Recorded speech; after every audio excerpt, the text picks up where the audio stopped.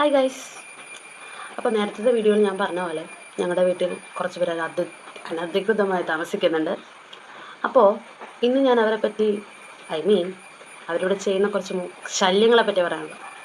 The first ശല്യം, ഞങ്ങളുടെ room അവരുടേതാണ്. ഇപ്പോൾ മുതലല്ല, അന്നു മുതൽ ഞങ്ങൾക്കൊന്ന് ഉറങ്ങാനുള്ള ഒരു സ്പേസ് പോലും ആ മുറിയിലെ ബെഡിലില്ല. കാരണം എന്താ, ഇവരുടെ വലിയ നീണ്ടു കിടക്കുന്ന ഫാമിലിയല്ലേ, അവിടെ വന്നാൽ കിടന്നുറങ്ങണം. ഒന്ന് നീക്കാനായിട്ട് ചെല്ലുമ്പോൾ ഇവരൊന്ന് മാറ്റാൻ ഒന്ന് സൈഡൊന്ന് ഒതുങ്ങിക്കിടക്കുമോ എന്ന് ചോദിക്കാൻ ചെല്ലുമ്പോഴേക്കും അവരുടെ ഇത്രയും വലിയ പല്ല് കൊണ്ട് ഒന്നില്ലെങ്കിൽ ഞങ്ങൾ ചുറ്റിക്കളിക്കും, അല്ലെങ്കിൽ നഖം കൊണ്ട് ഞങ്ങൾ പേടിപ്പിക്കും. ഇതൊക്കെ പോട്ടെ ഗൈസ്, റൂമോ അവരുടെ കയ്യിലായി. എന്നാൽ നമുക്ക് വേറെ എവിടെയെങ്കിലും പോയിരിക്കാം. Sofa, chair, whole. ഇവിടെ നിന്നിട്ടൊരു കാര്യമില്ല.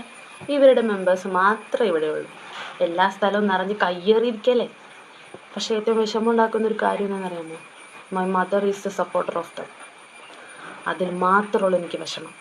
ഞാൻ അവരെ എൻ്റെ മമ്മിയായിട്ട് എൻ്റെ അമ്മയായിട്ട് തെറ്റിക്കാൻ നോക്കിയിട്ടുണ്ട്, പക്ഷെ നടക്കുന്നില്ല ഗൈസ്. അവർ ഞങ്ങളെ പരിഹാസത്തോടെയാണ് നോക്കി ചിരിക്കുന്നത്.